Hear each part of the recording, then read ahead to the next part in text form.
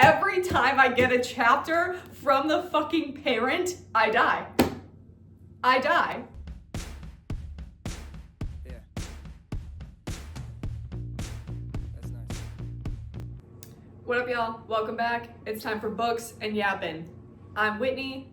This is my Basically Everything channel, and today we're gonna get in my full reading cap of everything I read in February and an update on the library, which is a current library. Yeah, let's get into it. I read 9 books in February, which is very surprising because 1, it's a short month, and 2, these are fucking huge. Granted, they took up most of the time. Some books I read in a day. These ones though, let's talk about it.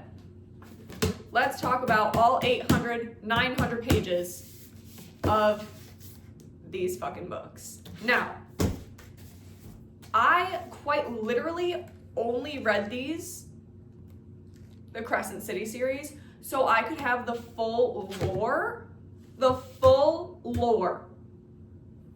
on the SJM universe. I read all of Throne of Glass last year, as well as A Court of Thorns and Roses. Throne of Glass is my favorite series, for sure. It's like my favorite fantasy series, I would say. One of. But this is my least favorite of the series. Now, that being said, I loved this book. Book number 1. What was this? House of Blood and Earth. I loved this one. Loved it. I thought Bryce was a badass. She was fucking, I don't know, doing fucking cool shit. I also loved that, like, for what feels like once, the main character wasn't a blonde girl. Kind of loved that. Her description was just like, it felt different from a lot of like fantasy that I just really enjoyed it.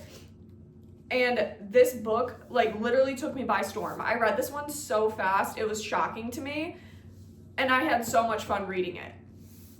Honestly, the ending of this book seemed like an ending to me.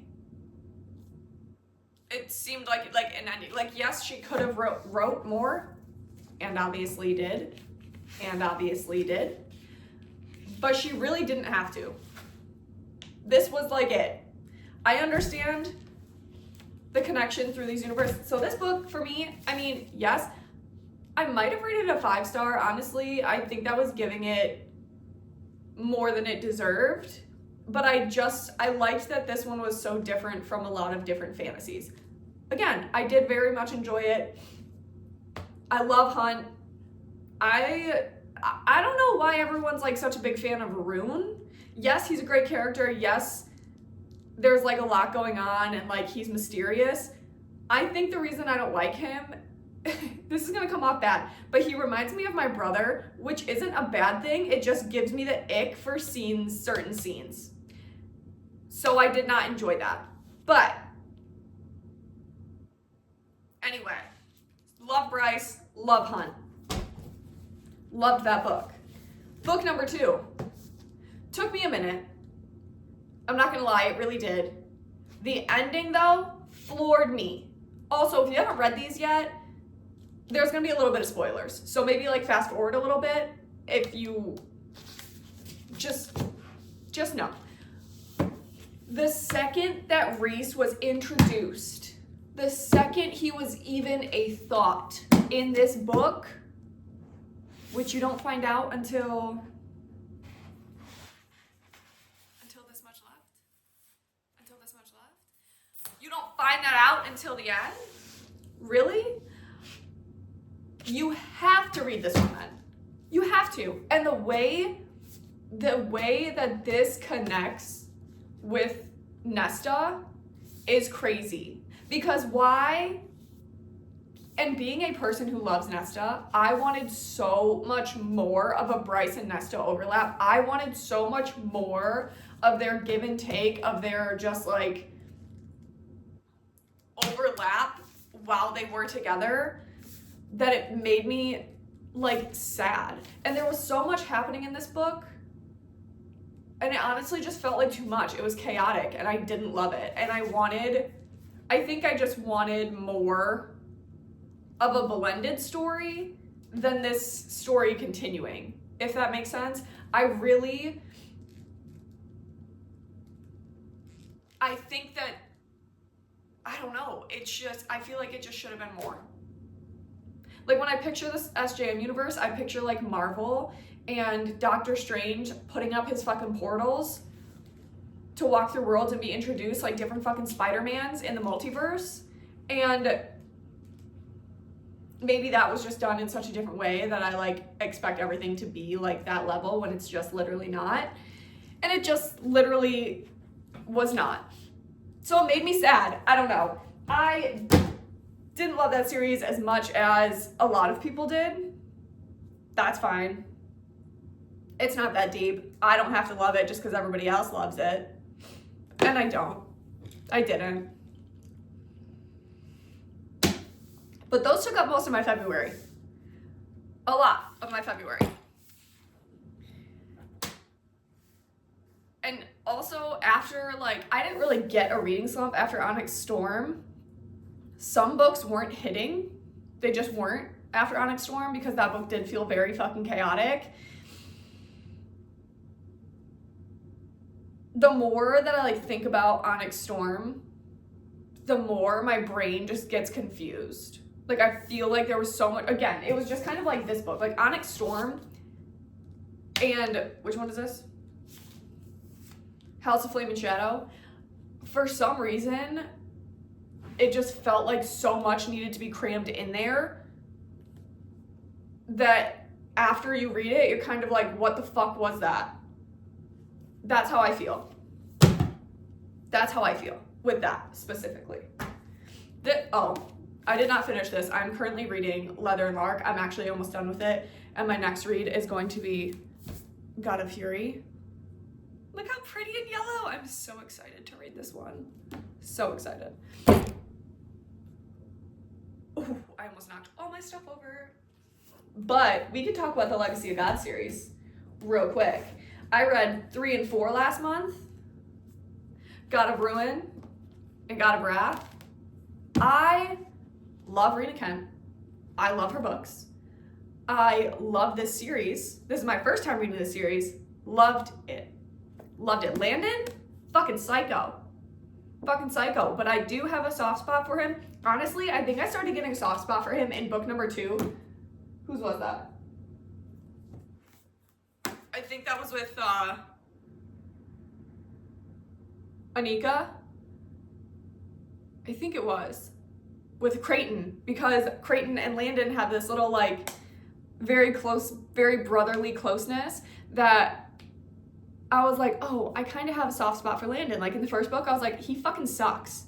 Like he genuinely fucking sucks. And then in the second book, I was like, oh, I could probably like him. And then his book, and I was like, wait, I think I do like you. But I also kind of hate you.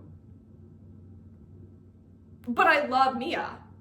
So it's like, oh my God. Their banter, funny to me. How he introduces her into his world and his sex world, crazy to me. Love it. I love these dark romances. Read these. Read your trigger warnings. Read your trigger warnings. And I advise these ones probably to be 18 plus. I'm nobody's mom. That's not my business. That's just what I'm saying. That's all. Loved. Jeremy and Cicely, I liked. No, that's not true. I loved, because Jeremy is kind of fucking insane, but not as insane as Landon. Let's be real. All of the men in the Legacies of God series are fucking crazy. And let me tell you, I eat that up. I love a fucking psychopath. I do. I love them in fiction. In fiction. But there are moments in these books where it's like,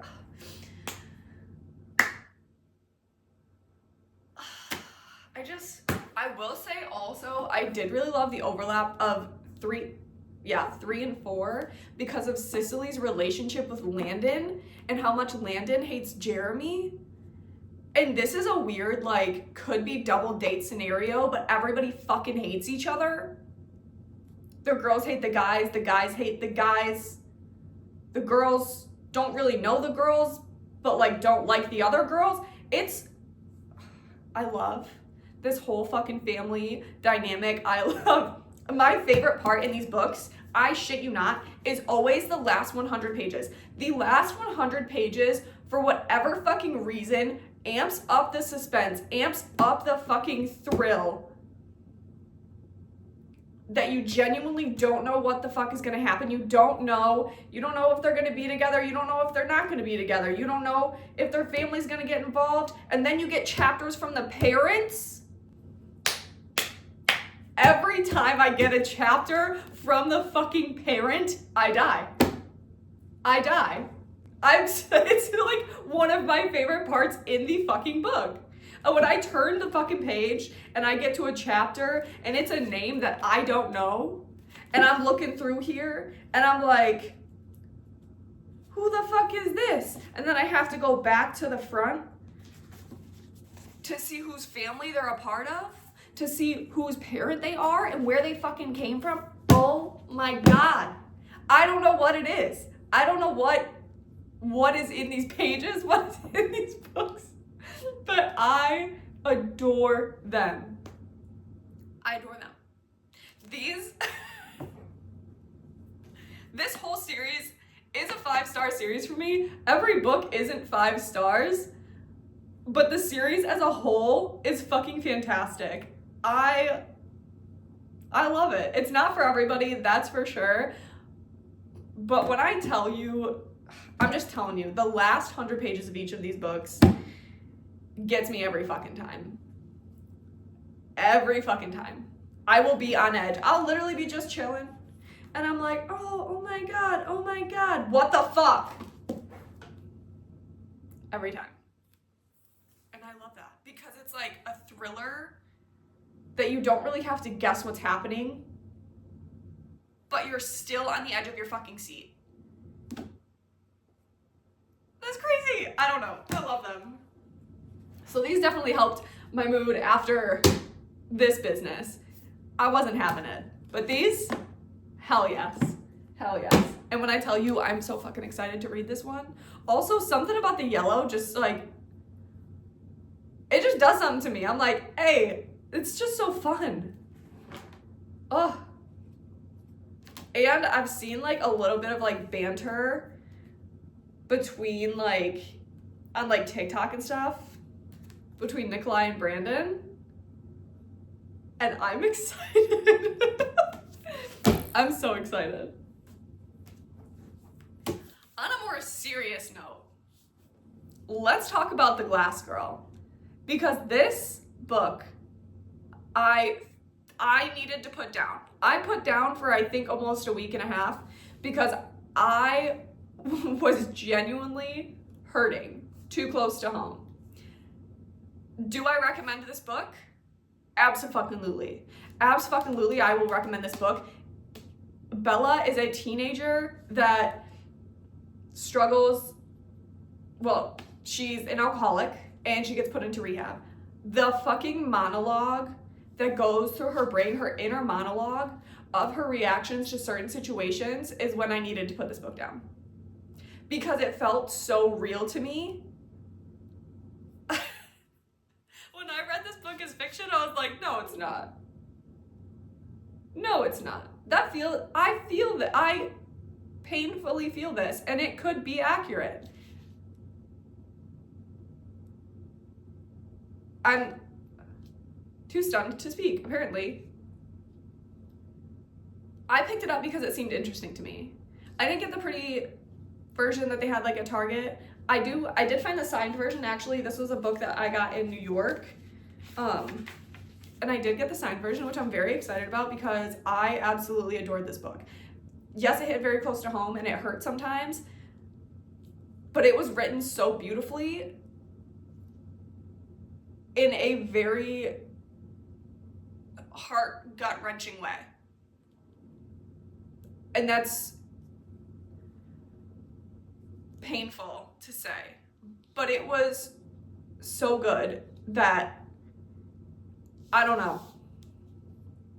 I wouldn't call it a thriller. I would definitely say it was suspenseful, it was painful, it was beautifully heartbreaking in like some of the worst way, but the best way, I don't know. I do recommend this book, but I also recommend if you are to pick up this book and you need to put it down, that's okay. Read something else for a minute. Read something else for a minute. But it was fantastic and painful.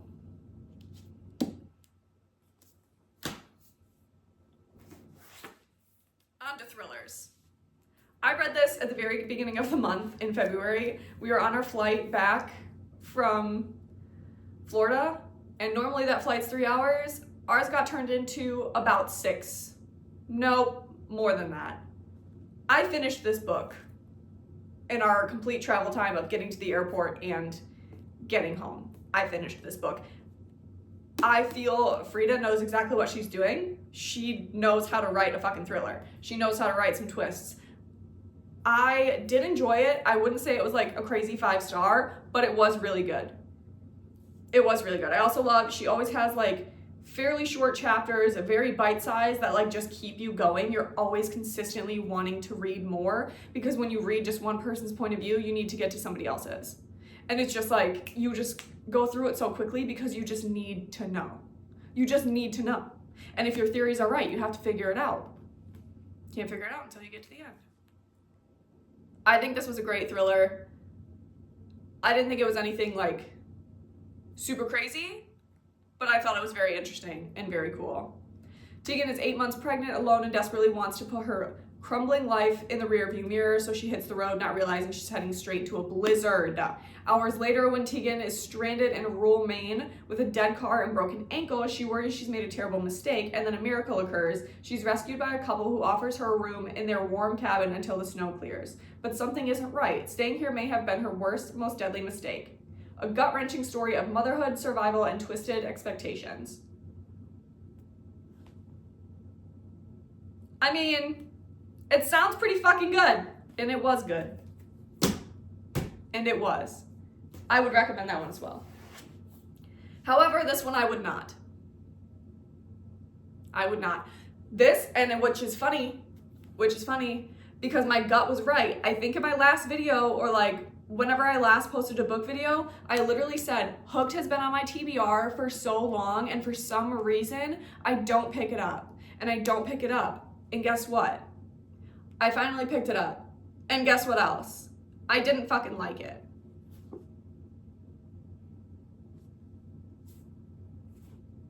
I wanted to.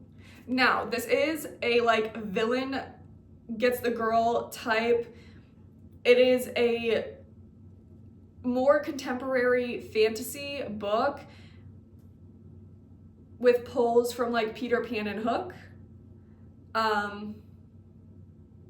I will say I did love how it was like Peter and Hook and Tinkerbell. I loved that. And obviously Wendy. And I did love all of that. I loved that it was like more contemporary and it was like drug lords and like, I don't know, more modern day setting. He lived like James, right? James? Yeah, James, who is Hook, lives on a boat and that's like his house, which was like cool. There's just like little ties in that make it feel like so good. Honestly, the book would have been really good for me if I didn't read the epilogue. I hated it. I don't care for when books end in a pregnancy. I don't. I genuinely think that's also why I didn't like A Court of Thorns and Roses as much. But this really didn't do it for me. I just don't like when they end like that. There was something else that bothered me about this. Hold on, I wrote it in my Goodreads because I was like, damn, like, why? I just looked it up. It's also why this book pissed me off because, and I know that in certain books, like, I think in certain books it makes a little bit more sense for the woman to be a virgin. And not saying that it's like not okay to be a virgin, like that's stupid. I would never say that. I just think when I read the same thing about a frail little virgin, it just like kind of just like, it doesn't do it for me. Like some of these books, which I think is why I rated them not 5 stars. No, that's a lie because the first one I did rate 5 stars and she was a virgin, I'm pretty sure. But some of them, it's just the way that it's emphasized so much sometimes, I just don't enjoy it. And I just feel it's very, very common in literally just so many books. So that along with the pregnancy ending just like did not do it for me. And I was like, it's not great. That being said, I did read Scarred and that one will be on my March wrap up. I did read that one in like a day's time. These ones are pretty short. They're like just over 300 pages, which is like what I read in a day on like a bad day.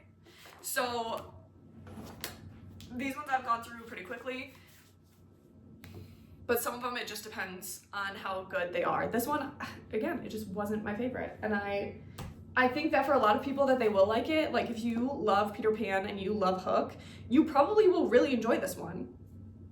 Honestly, if you like dark romance, understand this is a dark romance. It covers darker topics and has triggers that are not comfortable for everybody. Check your warnings, please, for the love of everything that's holy and everything that's green on this fucking planet. Don't say I didn't warn you. Especially being someone who recommends so many dark books. If you like it, you like it. If you don't, I didn't. I don't know, we can talk about it. It didn't do it for me. It did not do it for me. That was everything I read in February. March has started off pretty solid. I think I've read like 3 books, and it is the 7th today.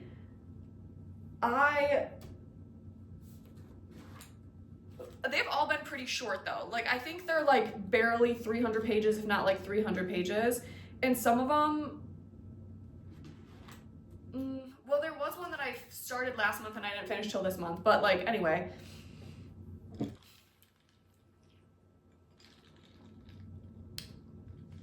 Also, I said I was gonna update you guys on our library. Now, that being said, it's gonna take a bit longer than we planned because they're sold out of all of the bookshelves I want. Quite literally in almost every single color and every single option and every single size. There's only one that I can order and then the small one that I can get. So I'm gonna have to get those and then wait to finish our wall because I want this entire, let me show you. I want this entire wall to be our bookshelf, okay? I just have a little dainty one here and I have everything like planned out, literally all the sizes and the number count that I need to fill that wall and to finish the project. And the only issue is they don't have anything in stock, therefore we can't purchase it, so we can't do anything yet. That's why there hasn't been any updates on it because we literally can't finish it if they don't have anything in stock. Yes, I could build shelves myself. Do I want to do that? Absolutely fucking not. I'd rather just put them together and call it a day. And that way we can take them with us when we eventually move into our own home and have our own space. And I would like that very much. So it's better to have things that I can move instead of something that is a built-in and I cannot take with me. That's the plan. That's the update. That's my reading wrap up for February. I hope you guys enjoyed it. It was a fairly short video compared to most. I didn't go too in detail on the other books.